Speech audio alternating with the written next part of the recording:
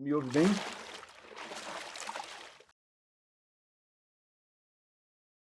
Porque eu gosto muito de pensar na expectativa de Deus. Deus tem uma expectativa sobre nós. Ele espera algumas coisas de nós como igreja. Tanto é que o próprio Jesus disse que ele procura os verdadeiros adoradores. E ele criou toda essa expectativa, né? Especialmente ali no Antigo Testamento. E é bem doído acompanhar essa história e ver como que o inimigo venceu tantas batalhas, né? Assim, no coração humano.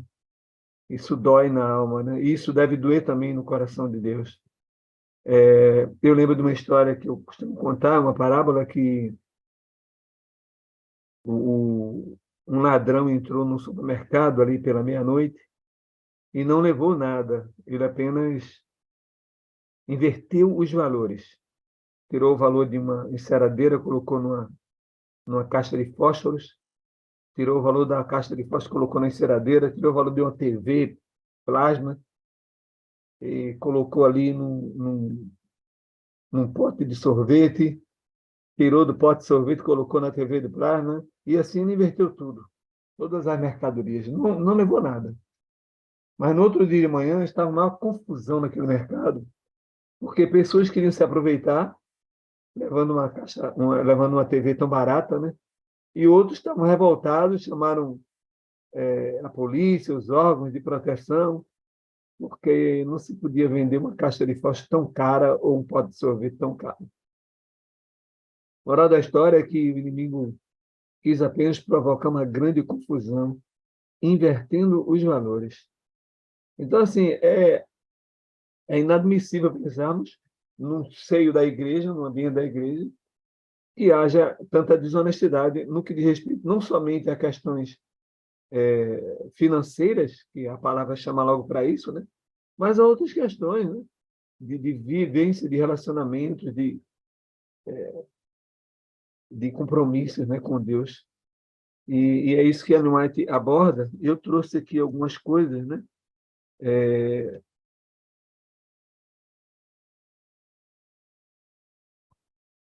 Isso. É, a Ellen White enfatiza a questão do Acã, que em Josué 7:20, respondeu Acã, aí vem um texto que ela coloca, né? Dizendo a Josué, dizendo, verdadeiramente pequei contra o Senhor, Deus de Israel, e fiz assim e assim. Você já sabe o resultado dessa história, né? O, Deus tinha dito para não tocar em nada, era tudo anátema, exceto o que tivesse de ouro e prata, coisas preciosas, devia ser levado para o tesouro de Deus. E, e o que fez Acã? Ele pegou justamente aquilo que era de Deus. Okay? E esse tipo de desonestidade tem se reproduzido ainda hoje no seio da igreja. Né? Jesus disse que, e também o Senhor Deus, que aquilo que é dele não deve ser tocado. Então, você pega tudo que é seu, ok, mas deixa o sagrado que é meu.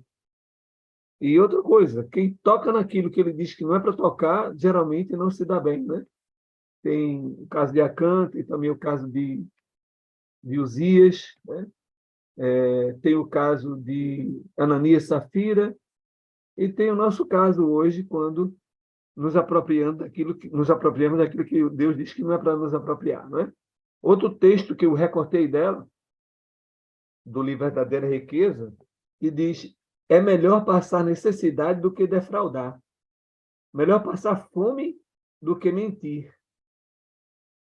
Aí ela coloca um texto bíblico no meio dizendo: bem-aventurado aquele que teme ao Senhor e anda nos seus caminhos, pois comerá do trabalho das suas mãos. Feliz será e, e te irá bem. Ok? Então, assim, essa questão da prosperidade, no sentido correto, positivo, é defendida também pela Bíblia. Ele mesmo diz: eu abrirei as portas do céu, te darei bênçãos sem medidas.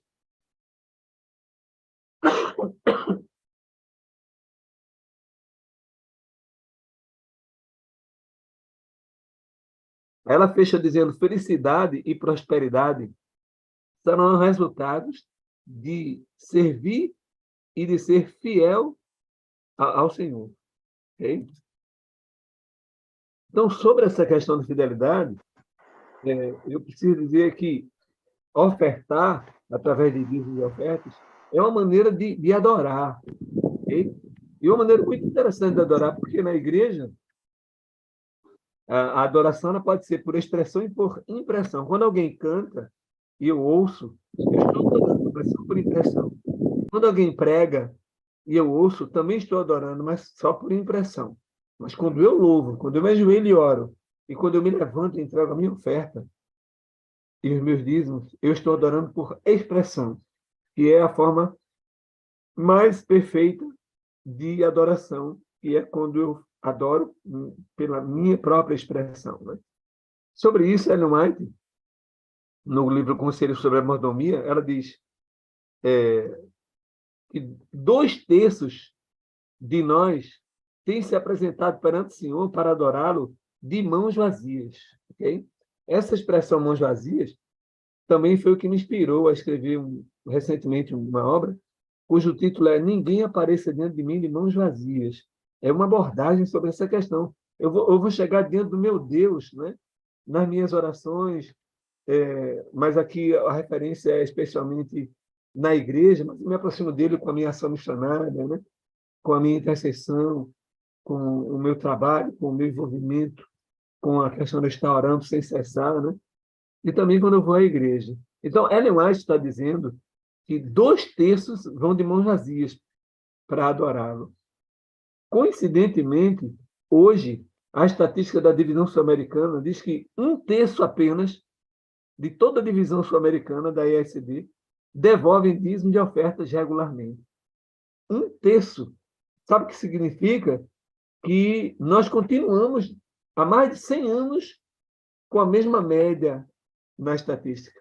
Porque a Ellen disse na época dela, 2/3 aparecem em mãos vazias. E hoje a divisão diz que 1/3 é o que devolve. Então, a gente está mais ou menos na mesma perspectiva. Tá? E em muitos outros campos, é apenas 1/6 dos irmãos que devolvem. São dados da divisão sul-americana. Né? Pastor Marco, está passando direitinho aqui os slides? Está de Sim, boa? está passando tranquilo, tá sim. Perdão aí pela minha tosse, porque eu nem podia ter aceitado esse convite, mas foi uma honra para mim e eu quis estar com vocês, tá bom? Vamos lá. Bom, nesse livro que eu trabalhei, eu captei 3 textos fundamentais que fazem a mesma afirmação, dizendo: ninguém apareça diante de mim de mãos vazias. Chegou na igreja, foi adorar, foi para estar diante do Rei do Universo, do Criador de todas as coisas. Não dá para chegar de mãos vazias. Às vezes a gente vai aqui num vizinho, numa visita, a gente leva um pratozinho com uma canjica, com um bolo, com alguma coisa, né? Quanto mais diante de Deus, né? Então, o livro de Crônicas confirma isso também, 16, verso 26, dizendo o seguinte: porque todos os deuses dos povos são ídolos, não são deuses. Porém, o Senhor, ele é o Criador, ele fez os céus e a terra. Aí ele diz: tributai então a ele, tributai a ele, ao Senhor, a glória de seu nome. E aí vem o que eu acho mais lindo aqui: trazei presentes e vinde perante ele, adorai ao Senhor na beleza da sua santidade. Trazei presentes. Não é uma expressão muito comum, né, na Bíblia, mas está aqui. Aí vem aqui a razão do contraste, né? É que o amor ao dinheiro, e eu acrescentei aqui a tudo que é coisa material, né? Essas coisas geralmente têm prioridade em nossas vidas, né? E isso diz a Bíblia que é a raiz de todos os males. 1 Timóteo 6, né?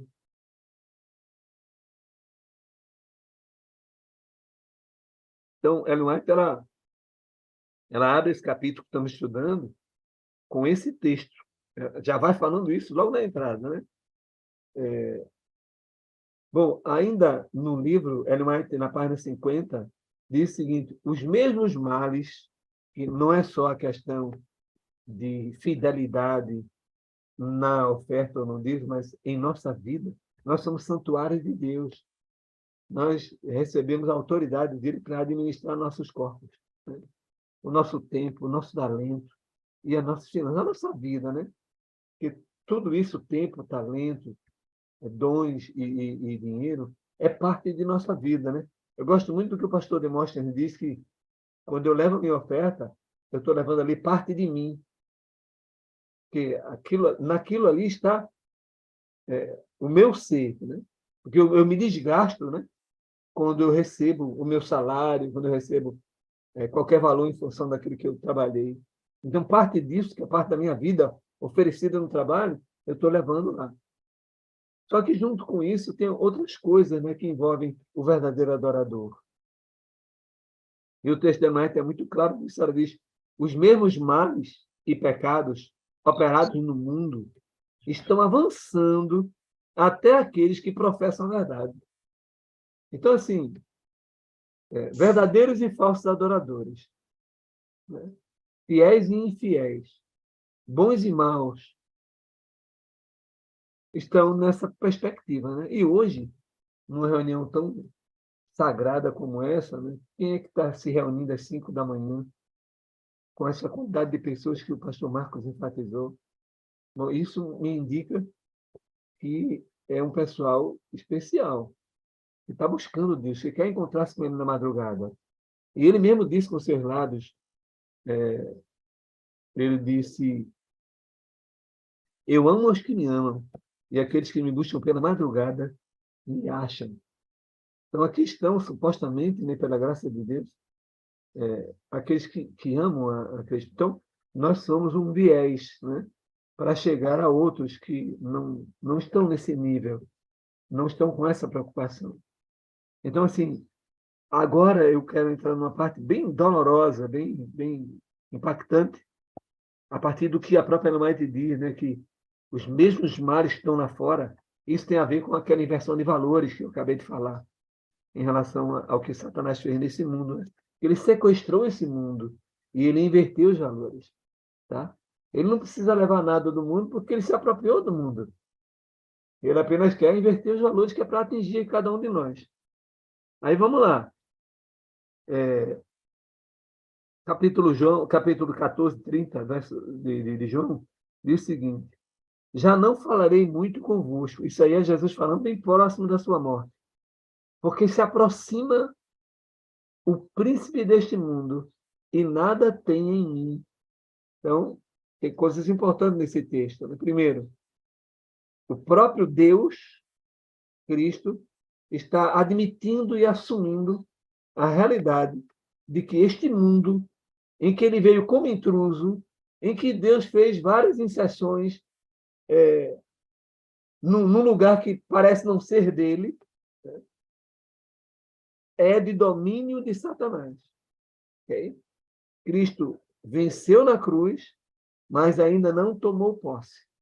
Se você for lá para Apocalipse 11, 15, você vai encontrar a última trombeta, sétima trombeta sendo tocada, e uma voz no céu é ouvida, dizendo: os reinos deste mundo passaram, os reinos desse mundo passaram a ser do seu Cristo.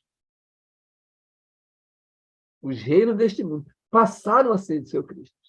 Então, a declaração de vitória e a posse ainda não aconteceu.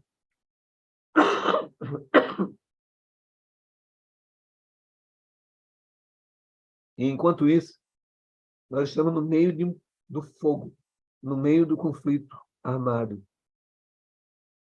Mas é importante essa última frase de Cristo dizendo: já não falarei muito convosco, porque se aproxima o príncipe deste mundo e nada tem em mim. Então, essa é uma afirmação que nós também podemos fazer, se tivermos fé suficiente, para crer que ele nos justifica a cada manhã.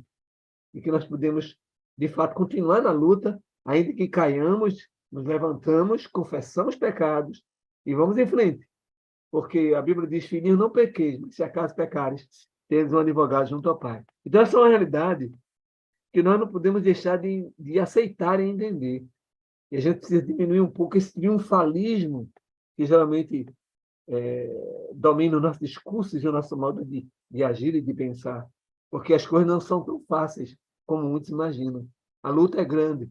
Só para ter uma ideia, só para ter uma leve ideia dessa luta, eu lembro de Daniel, quando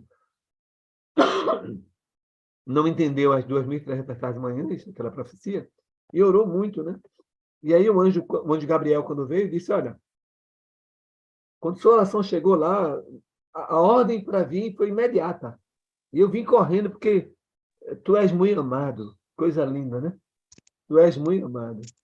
Só que no caminho eu encontrei o arcanjo da Pérsia. E o arcanjo da Pérsia me impediu de chegar.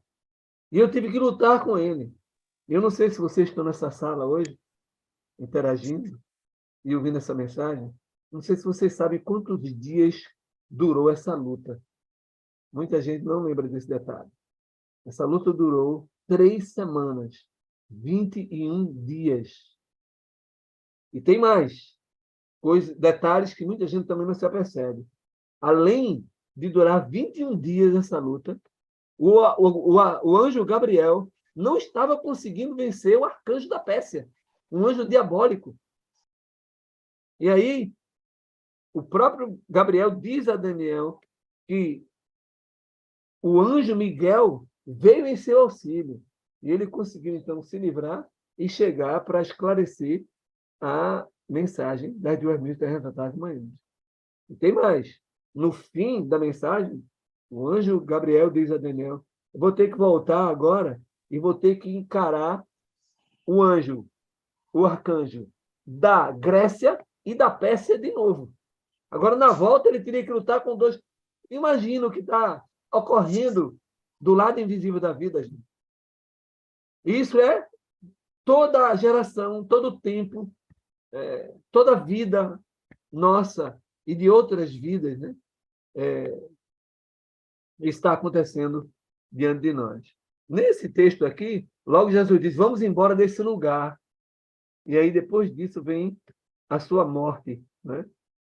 E com requintes de crueldade, que foi o que Satanás também proveu, porque ele imaginava que Jesus não pudesse ressuscitar.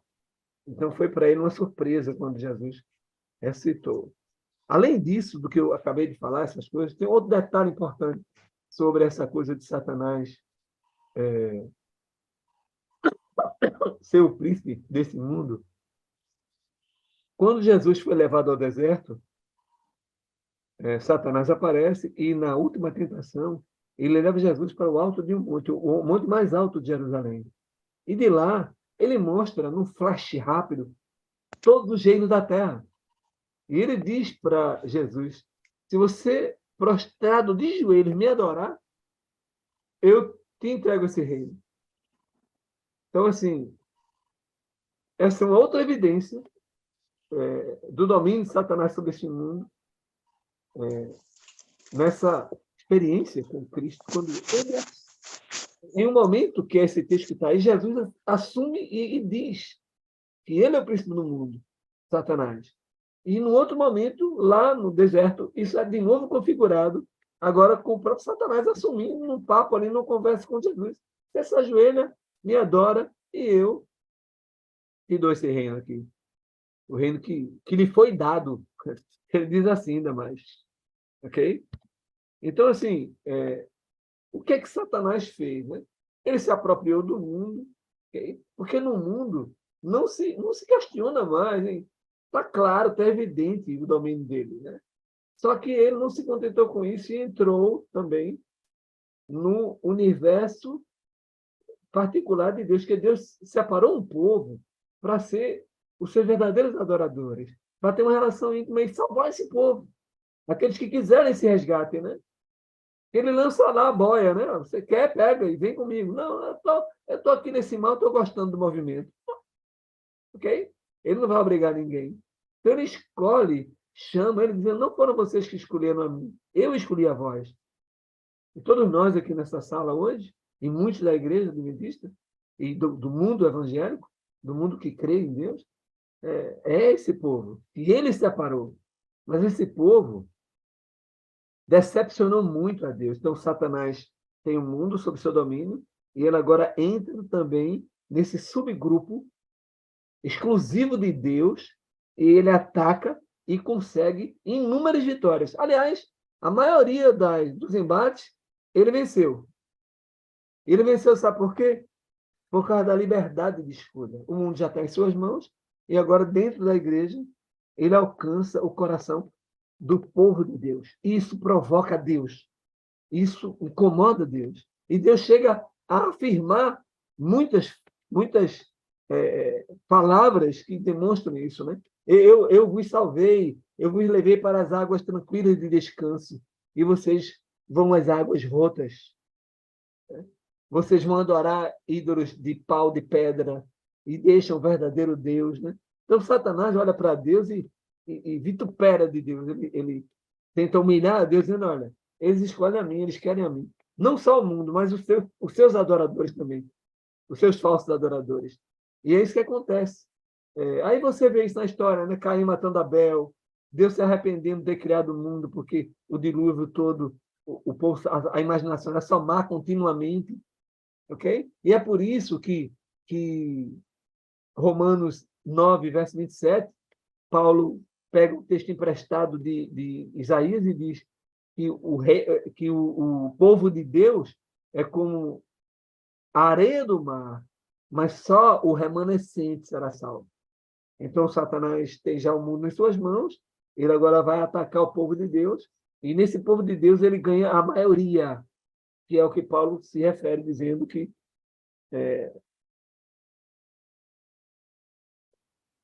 o povo de Deus é como areia do mar, mas somente o remanescente será salvo. Deus vem buscar o remanescente seu. Okay? Aí Ellen White, confirmando essa ideia, ela diz: esse mortal torpor vem daquele que controla a mente dos não consagrados observadores do sábado. E por isso, terríveis dores, que Deus disse, vocês vão sofrer, lá em Deuteronômio, né? Vocês atenderem a minha lei, os meus conselhos, as minhas diretrizes, tudo vai bem, as doenças não vão chegar, as maldições não vão... Agora, se vocês se afastarem, aí vem tudo sobre vocês. Ela diz isso, por isso, terríveis ais aguardam os que pregam a verdade, mas não são por ela santificados. Isso é muito sério. E eu queria parabenizar os meninos, desculpe meus amigos, de terem a ideia de ter esse momento, né? Porque aqui é um lugar para se buscar essa santificação. Ela também diz no testemunho para a igreja que a nossa crise não é só financeira, tá? Ela é nessa amplitude que acabamos de mostrar, né? Por isso que ela diz o seguinte, esse texto é chocante, né?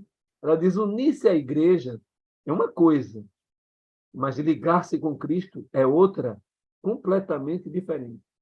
Nem todos os nomes registrados no livro da igreja estão listados no livro da vida do Cordeiro. Então, isso é bem impactante. Eu faço questão de deixar esse material com vocês, que eu quero que vocês levem para casa e reflitam mais sobre ele. Tá? 1 Coríntios 4, 10, verso 3. Triste coisa é entrar no desagrado de Deus. Tá? Aqui está o que aconteceu lá no Antigo Testamento, durante todo o Antigo Testamento, ok?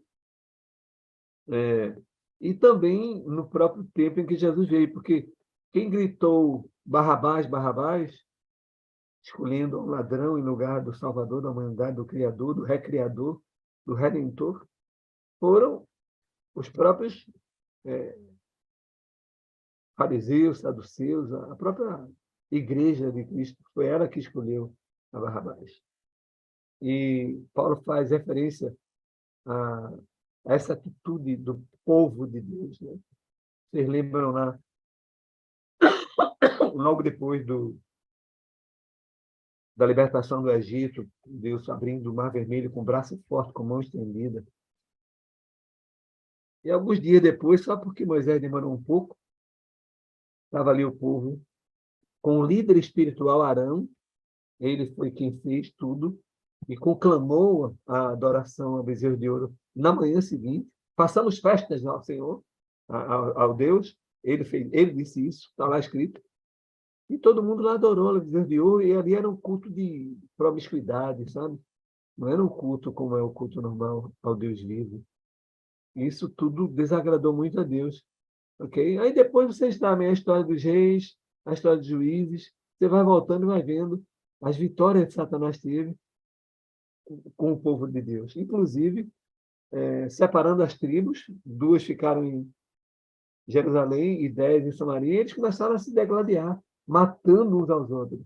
Dá para você imaginar o povo de Deus matando uns aos outros? Então, essas foram vitórias que Satanás teve e que levaram Deus a ser afetado muito em seu coração. E lamentar, e continuar na busca de verdadeiros adoradores aqui nesse mundo cruel, escuro e de domínio de Satanás. O texto de Paulo é simples, né? Todos comeram do mesmo alimento espiritual e beberam toda da mesma bebida espiritual, porque bebiam da pedra espiritual que os acompanhava, e a pedra era Cristo, mas Deus não se agradou da maior parte deles.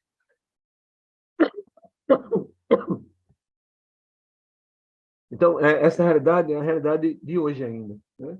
Está acontecendo a mesma coisa, tá? Então, eu conclamo a todos nós aqui a honrar o compromisso com Deus. Todos nós nascemos da água e do Espírito. Talvez alguns não, apenas da água. Mas esse verdadeiro nascimento é o que Deus deseja de nós. Que tenhamos nascido pelo fogo, né? E também pela água. E esse batismo significou acordo, um acordo com preciosos compromissos, né? Dos dois lados, né? Aquela aliança. Né? E hoje nós estamos na nova aliança, isso é maravilhoso. Só que é maravilhoso e é muito mais profundo. Né? Porque na nova aliança, a lei cravada na pedra, ela não tem mais valor nenhum. Agora, na nova aliança, o que importa é a lei cravada no coração. E ele anunciou lá no Antigo Testamento essa nova aliança. Eu farei convosco uma nova aliança. Escreverei nos vossos corações a minha lei. Então, eu tenho, assim, muita alegria e esperança de que aqui, nesse momento, nesse lugar, estejam todos com essa lei, não somente lá na pedra, que lá é extrínseco, está fora de nós. Deus quer uma relação intrínseca. Ele quer a sua lei e o seu amor aqui dentro do nosso coração. Tá? Escrito no coração. E o amor, ele é o centro dessa aliança. Tá? A aliança, ela tem um caráter muito importante, porque quanto mais eu me aproximo de Deus, mais eu fortaleço essa aliança. Quanto mais eu me aproximo dos meus irmãos da igreja, eu fortaleço essa aliança. Tá? Sou eu, o outro e Deus envolvido nessa aliança. É um triângulo. Tá? Como tem Deus, Pai, Filho e Espírito Santo, a aliança era sempre numa perspectiva de um triângulo, envolvido uma tríade, né? No nosso caso, próprio Deus, tá?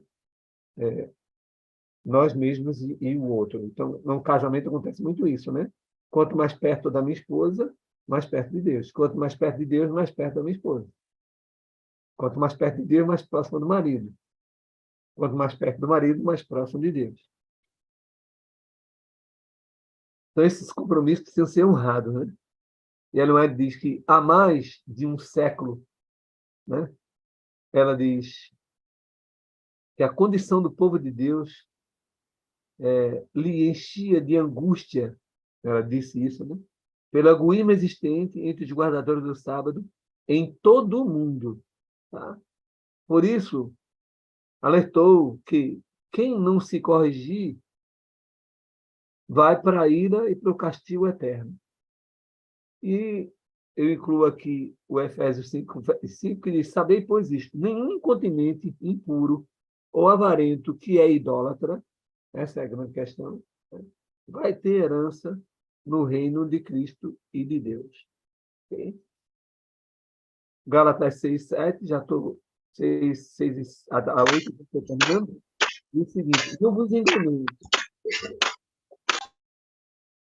enganeis, de Deus não se zomba, pois aquilo que o homem semear, isso também se fará. Porque o que semeia para a sua carne, da carne vai colher corrupção. Mas o que semeia para o espírito, do espírito vai colher vida eterna. Ellen White ainda conselha sobre mordomia, ela diz: se fôssemos mais fiéis, Cristo já teria vindo e os seus santos teriam recebido suas boas novas na cidade de Deus. Levantem-se, então, os membros da nossa igreja, como um só homem, com união e unidade, né? E trabalhem fervorosamente como quem anda à plena luz da verdade para estes últimos dias. Ao contrário disso, a maior parte de nós não tem conseguido colocar Deus em primeiro lugar, né? E é isso que diz uma música, que é também um texto bíblico, né? Buscar a Deus em primeiro lugar. E aí, e toda a sua justiça, né? As demais coisas serão acrescentadas. Então, muita gente fala o que Dalai Lama afirma, né? Que não é nem um cristão, né? Aliás, o próprio Dalai Lama diz que se um dia encontrar um cristão autêntico, ele se converte.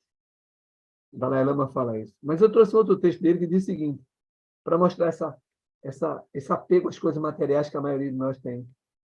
Os homens perdem a saúde para juntar dinheiro e depois perdem dinheiro para recuperar a saúde.